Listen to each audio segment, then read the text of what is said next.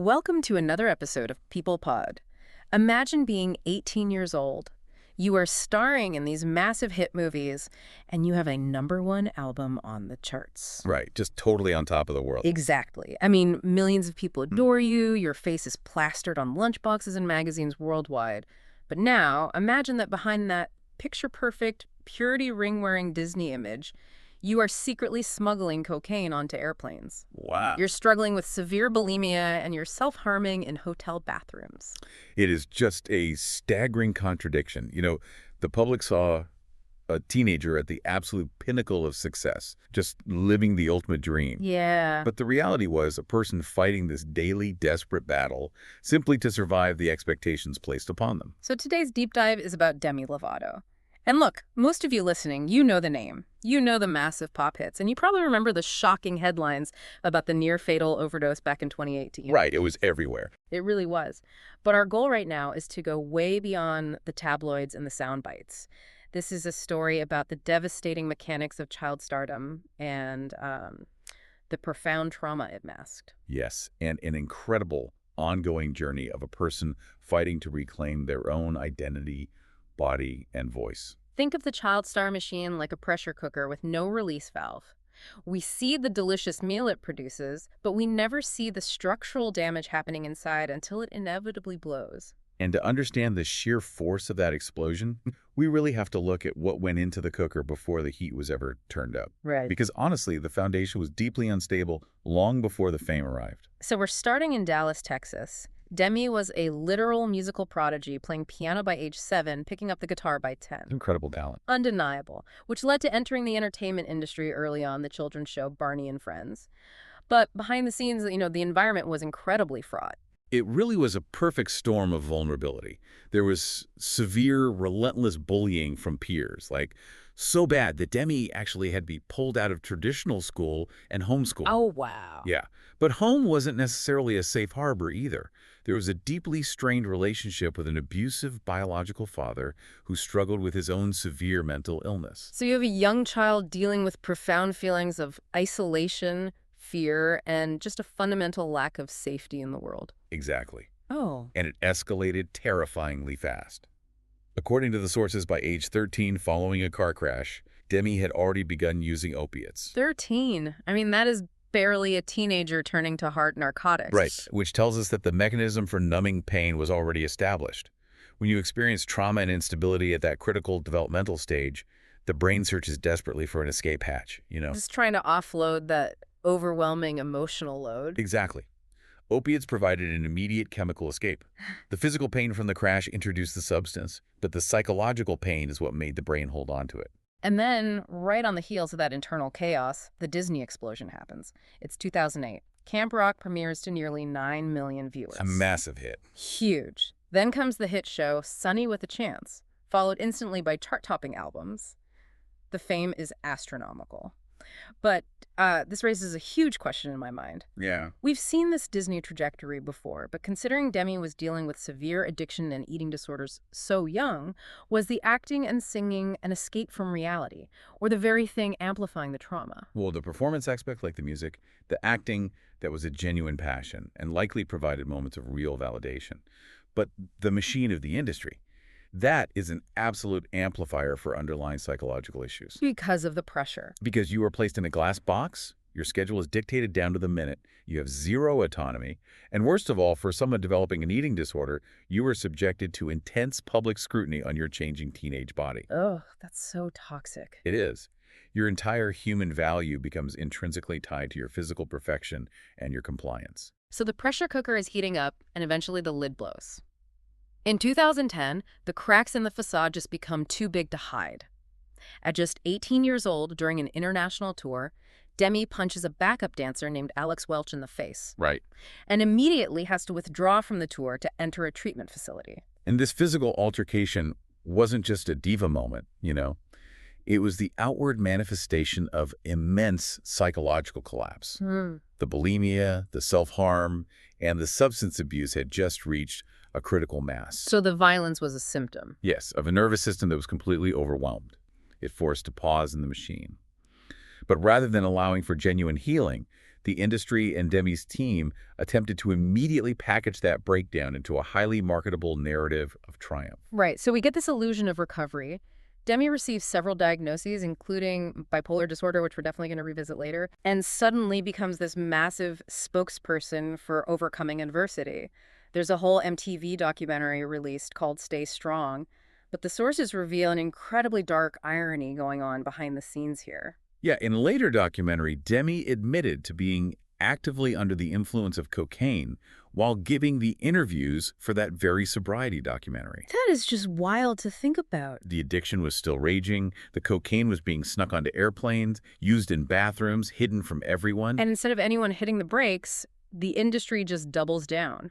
At just 19 and 20 years old, Demi becomes a judge on The X Factor. The youngest judge in the show's history. Making millions of dollars, sitting on live television, all while literally living in a sober living facility in Los Angeles just to try to survive the addictions and eating disorders. It's like being hired to play the role of an inspirational trauma counselor on television. Yeah.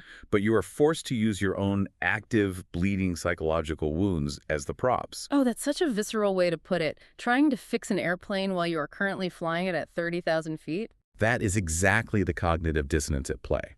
The asset is deemed too valuable to stop. So you have a young adult carrying the emotional weight of a multi-million-dollar franchise, evaluating other people's dreams on national television while fighting for her own life behind the scenes. And the guilt of that has to be crushing. The guilt and shame of being a highly visible role model for recovery while secretly relapsing creates an inescapable loop of psychological torment. True healing requires stepping away from the identity that is causing the harm. But Demi's identity was entirely tied up in being a product. Right. And if you're listening to this and thinking, wait, she had millions of dollars and an entire team of professionals around her, why couldn't she just stop?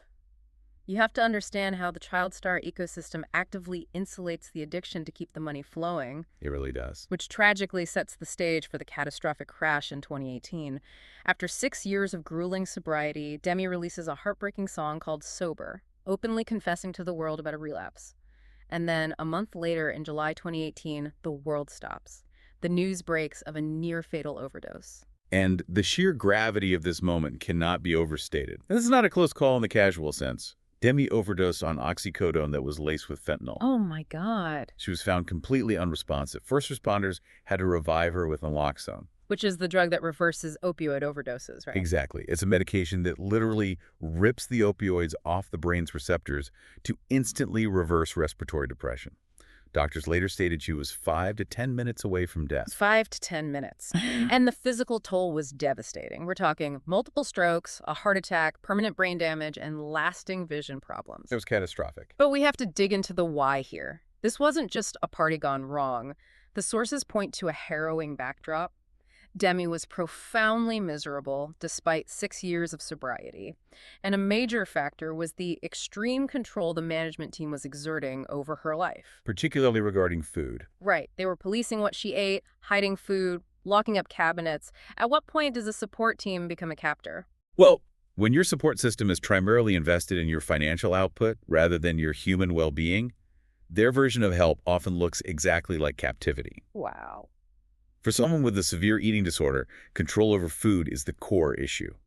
By taking that control away in a punitive, infantilizing manner, the management team exacerbated the despair. They were protecting the physical product while ignoring the dying person inside. Which makes total sense. Demi actually articulated the thought process perfectly later on. She said, "I'm 6 years sober, and I'm more miserable than when I was drinking. Why am I sober?" And if that wasn't enough, there is a mountain of suppressed trauma beneath all of this. The sources revealed that at age 15, while working for the Disney Channel, Demi was raped by a co-star. It's horrific. And because of the purity ring, intensely sanitized Disney Channel culture she was entrenched in, she didn't even fully process it as rape at the time. She reported it, but the assaulter faced absolutely no consequences. Not at all. He wasn't even removed from the project. She had to keep working with him. And then, horrifyingly, she was assaulted again by the drug dealer during the 2018 overdose itself while she was unconscious. It's a devastating compounding of trauma. When you experience profound violations of your bodily autonomy, First by the industry's relentless demands, then by physical and sexual assault, and then by a management team micromanaging your basic physiological needs like food troubling. The concept of the self is entirely erased. So the overdose was almost inevitable. The overdose, while a tragedy, was the ultimate breaking point of a system that had systematically denied her humanity for over a decade. But the narrative shifts drastically here, because she didn't just survive that overdose. She woke up and decided to systematically dismantle every single expectation that had been placed on her. Post-2018, we see this radical, ruthless reclamation of her own narrative. Yeah, the survival of the overdose marks a distinct psychological turning point. It's the moment the performer decides the brand is no longer worth dying for. The fear of losing the career was superseded by the reality of losing her life. And we see this reclamation happen on two distinct fronts: personal identity and artistic output. So let's look at the personal identity first. Demi begins to openly explore and claim her sexuality and gender in a very public way, coming out as pansexual and queer, and then coming out as non-binary, adopting they-them pronouns. Yes. Later on, adding she/her pronouns back into the mix, describing herself as a fluid person who was feeling more feminine at that time. And you have to realize society, and certainly the pop music industry, demands easily categorizable boxes so they know how to market you. Absolutely. By publicly embracing fluidity in gender and pronouns and sexuality, Demi was effectively rejecting the very concept of the box.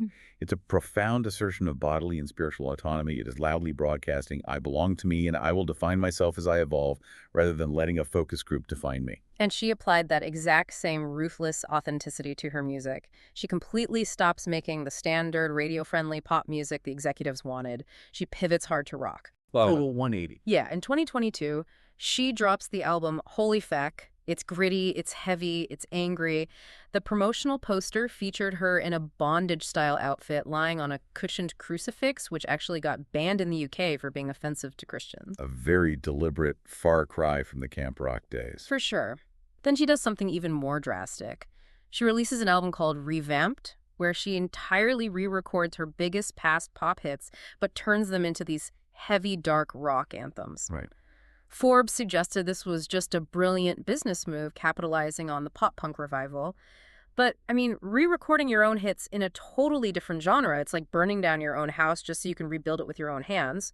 Was it really just a PR strategy, or is there a deeper psychological mechanism at play here? It might have had business benefits, but psychologically, re-recording your own past under your own terms is the ultimate power move. How? Think about the artifacts of her trauma. The upbeat pop songs she was forced to sing while she was starving, high, and deeply depressed. By taking those exact songs, changing the genre, and singing them with her current empowered voice, she is forcing her past to serve her present. Oh, wow. It neutralizes the ghosts. Yeah. She is taking the weapon used against her and turning it into her own armor. Neutralizing the ghosts. I love that.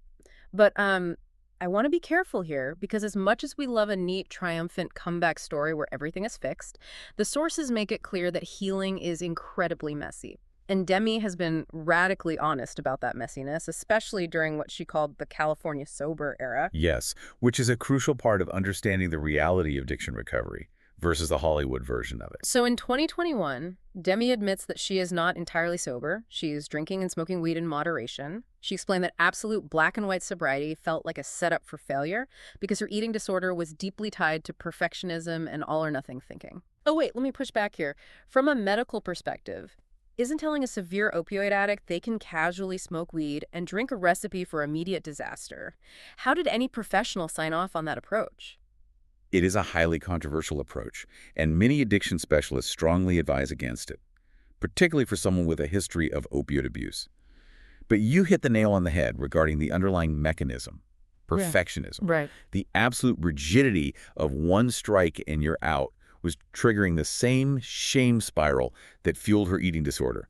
She was trying to negotiate with her own brain chemistry, trying to find a middle ground where a slip-up didn't mean a total collapse. Just trying to take the pressure off. What's important here is the transparency. She was actively publicly questioning the rigid doctrines she had been handed. And notably, by late 2021, she recognized it wasn't working for her. She revised this stance entirely, abandoning the California sober model and declaring herself sober. It's the willingness to correct her own narrative publicly that really stands out to me. She did the exact same thing with her mental health diagnosis. Remember that bipolar diagnosis from back in 2011 that became her whole brand? I do. She comes out years later and says, actually, that was inaccurate. This is a vital point about how trauma operates in the body. Misdiagnosis in severely traumatized individuals is incredibly common. Really? Oh, absolutely. Think about it. A hypervigilant nervous system stuck in fight or flight looks exactly like a manic episode. Emotional dysregulation from chronic instability looks just like bipolar mood swings. But treating a trauma response with heavy mood stabilizers doesn't fix the root cause. It just numbs the symptoms. So she realized her erratic behavior as a teenager wasn't a chemical bipolar imbalance. It was untreated ADHD, it was addiction, and fundamentally it was a massive trauma response to the environment she was trapped in. It really makes you step back and look at how we as a culture treat these figures. If you're listening, think about how often we demand perfect, linear recovery from celebrities.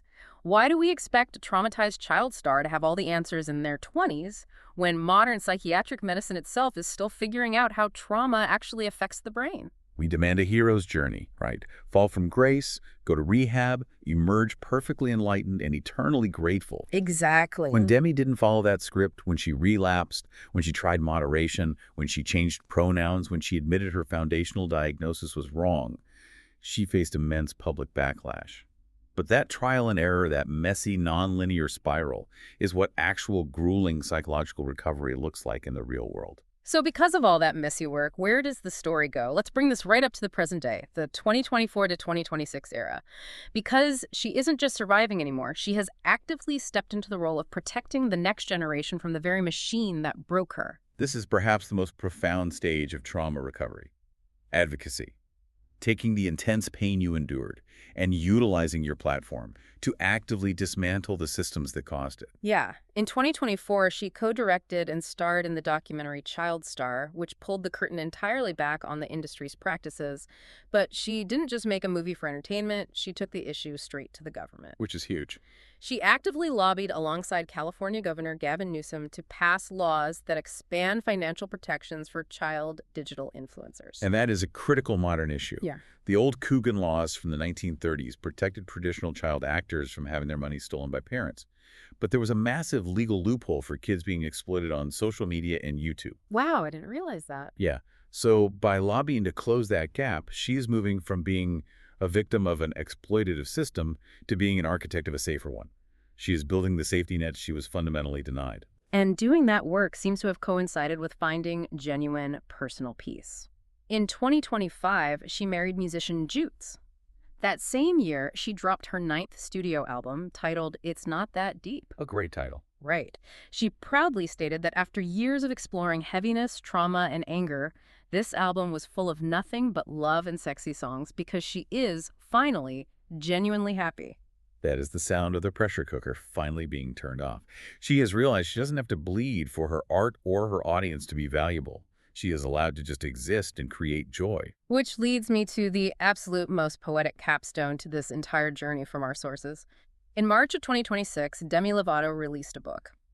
But it wasn't a tell-all memoir detailing the darkest moments of her past. It was a cookbook. Wow. It's called One Plate at a Time. When you understand the full context of her story, that is an incredibly powerful detail. Think about it.